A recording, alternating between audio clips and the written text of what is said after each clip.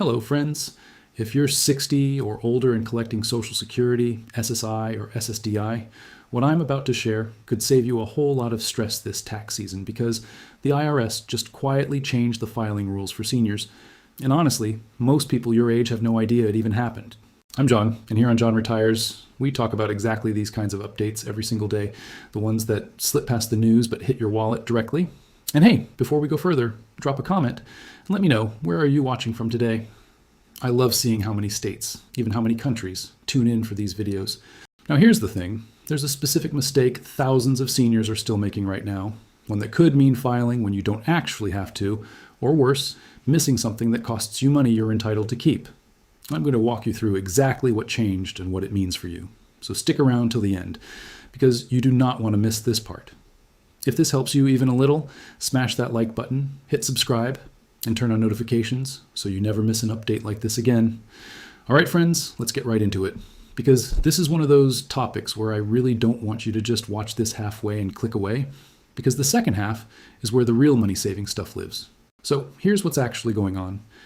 Back in the middle of 2026, a big tax and spending bill got signed into law, and buried inside of it was something that directly affects you if you're 60, 65, or older, and that's a brand new deduction just for seniors. Now I know the second I say new tax deduction, half of you are already tuning out because it sounds boring, but stay with me, because this one is worth real dollars in your pocket, and a lot of folks your age still don't fully understand how it works, which means they could be leaving money on the table or making mistakes on their return without even realizing it. Let's start with the biggest headline. If you turned 65 by the end of 2026, you may now qualify for what the IRS is calling the enhanced deduction for seniors. This is a brand new deduction, up to $6,000 if you're filing as a single person. And get this, up to $12,000 if you're married and both you and your spouse are 65 or older. Now here's the part that trips people up. This isn't replacing your regular standard deduction. It's stacked right on top of it. So you get your normal standard deduction, then you get the extra amount that's already been available to seniors for years. And now on top of both of those, you can get this brand new $6,000 bonus. That's 3 layers of deductions working together. And if you didn't know about that third layer, you are definitely not alone, because a lot of folks are still filing like it's 2025 and missing this completely. But, and this is a big but, it's not available to everyone. And this is exactly where people get confused and make mistakes. This new deduction starts to shrink once your income crosses $75,000 if you're single, or $150,000 if you're married filing jointly. And I mean, it phases out gradually, not all at once. So if your income is a little over that line, you still get part of it, just not the full amount. But once a single filer's income crosses $175,000, or a married couple crosses $250,000, the deduction disappears completely. So if you're one of those higher income retirees with a nice pension or a lot of investment income, don't assume you automatically get this. You might get a reduced amount, or you might not qualify at all, and that's something a lot of people are getting wrong right now because they heard seniors get an extra $6,000 and assumed it applies across the board. It doesn't. Now here's something else that's really important, and I want you to really let this sink in because I promised you a mistake people are making, and here it is. This new deduction is temporary. It only applies from the 2026 tax year through 2029. That's it, 4 years. So this isn't some permanent fix to how seniors are taxed. This is a short window. And if you're doing any kind of retirement income planning, like deciding whether to pull more money out of a retirement account this year versus next year, or whether to do a Roth conversion, this 4-year window actually matters a lot. Some financial folks are already telling their clients that now might be a smart time to consider certain moves specifically because this extra deduction is sitting there temporarily, cushioning the tax hit. I'm not a financial advisor, and I'm not telling you what to do with your own money, but I am telling you that this deduction won't be around forever. So if it applies to you, you'll want to make the most of it while it's here. Now let's talk about something that trips up almost every senior at some point, and that is whether your Social Security benefits are even taxable in the first place. Because here's the truth that a lot of people don't want to hear. Getting this new deduction does not mean Social Security became tax-free. I know there was a lot of talk, a lot of headlines, some pretty bold claims made about ending taxes on Social Security altogether, but that's not exactly what happened. The rule that's been in place for decades is still in place, meaning up to 85% of your Social Security benefits can still be taxable, depending on your total income. What actually changed is that this new deduction can help offset some of that tax, especially for people in the low to middle income range, but it did not erase the underlying rule. So how do you actually know if your benefits are taxable? Here's the simple version, and I'll try to make this as painless as possible. The IRS looks at what's called your combined income, which is your adjusted gross income, plus any tax-exempt interest you might have, plus half of your Social Security benefits for the year. If you're single and that combined number lands above $25,000, some of your benefits could be taxable. If you're married filing jointly, that number is $32,000. And I know some of you are thinking, wait, those numbers sound really low and really old, and you're right, they are old. Those thresholds haven't been adjusted for inflation in a long, long time. Which is part of the reason more and more retirees are finding themselves owing taxes on benefits that used to be tax-free for people in similar situations years ago. So even something as simple as a part-time job, a small pension, or interest from a savings account can be enough to push you into taxable territory. And that surprises a lot of folks who assumed Social Security alone was always safe from taxes. Now, let's shift gears for a second, because I know a lot of you watching are on SSI or SSDI, not just standard retirement benefits, and the rules are a little different depending on which one you're receiving.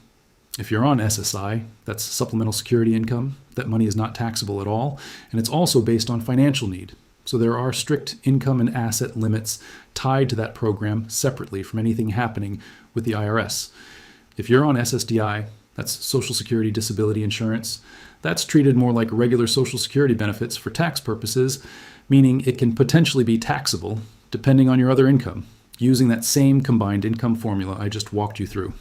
So if you're on SSDI and you've got a spouse who's still working, or you've got some retirement account withdrawals happening, don't assume your disability benefits are automatically off the IRS's radar, because depending on the household income, part of it might not be.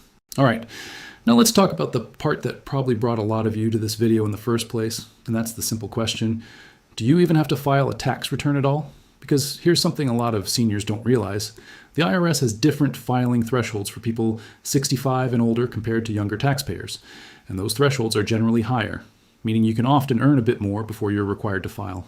But generally higher doesn't mean never required. If you have income from a part-time job, a pension, withdrawals from a traditional IRA or 401k, rental income or investment income, all of that gets added into the mix when figuring out whether you're required to file. And here's a mistake I see constantly. People assume that because their only income is Social Security, they're automatically off the hook from filing anything at all. Sometimes that's true. But the moment there's any other income involved, even something small, the calculation changes, and you might actually be required to file even though you didn't think you needed to. And here's the flip side of that mistake, which honestly might be even more common. Some seniors technically aren't required to file a return, but they still should, because they might be leaving money on the table. If federal taxes were withheld from a pension or from part-time work, filing a return could get you a refund of money that's rightfully yours. There are also credits some seniors qualify for, like the credit for the elderly or the disabled, that you can only get if you actually file.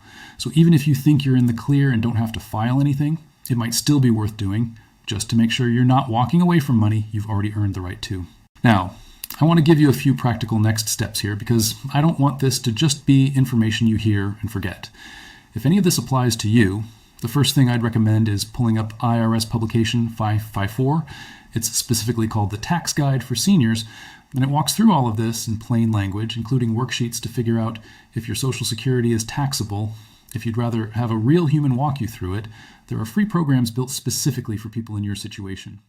There's something called VITA, Volunteer Income Tax Assistance, and TCE, Tax Counseling for the Elderly, both of which offer free help for folks 60 and older.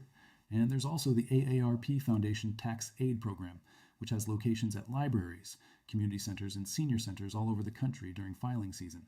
These are real people trained specifically to help seniors navigate exactly the kind of changes we've been talking about today. And the best part is, it doesn't cost you anything. I also want to be upfront with you about something, because I care about giving you accurate information and not just hype.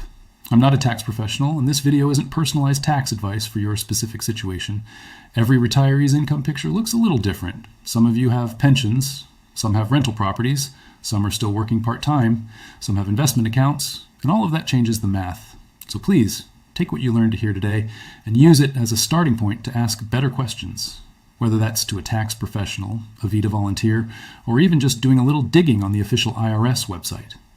The goal here isn't for you to become a tax expert overnight. It's for you to walk away knowing enough to avoid the common traps and to know what questions to even ask in the first place. So here's where we land, friends. The rules did change. That part is real. There's a brand new deduction that could genuinely help a lot of you keep more of your money, but it comes with income limits. It's only around temporarily, and it does not mean Social Security is suddenly tax-free. The safest thing you can do right now is take a real look at your own numbers, your combined income, your filing status, whether you're 65 by the cutoff date, and figure out where you actually stand instead of assuming based on what you heard secondhand. That's how you avoid the mistakes we talked about today. The ones where people either file when they didn't need to worry as much, or worse, don't file when they actually should have. If this video helped clear things up for you even a little bit, do me a favor and hit that like button. It genuinely helps this channel reach more folks who need to hear this exact information. And if you haven't already, subscribe and turn on notifications, because tax rules for seniors keep shifting. And I'll be right here breaking down every important change as it happens, in plain, simple language, no confusing jargon, just straight talk. Thanks for spending this time with me today, friends, and I'll see you in the next one.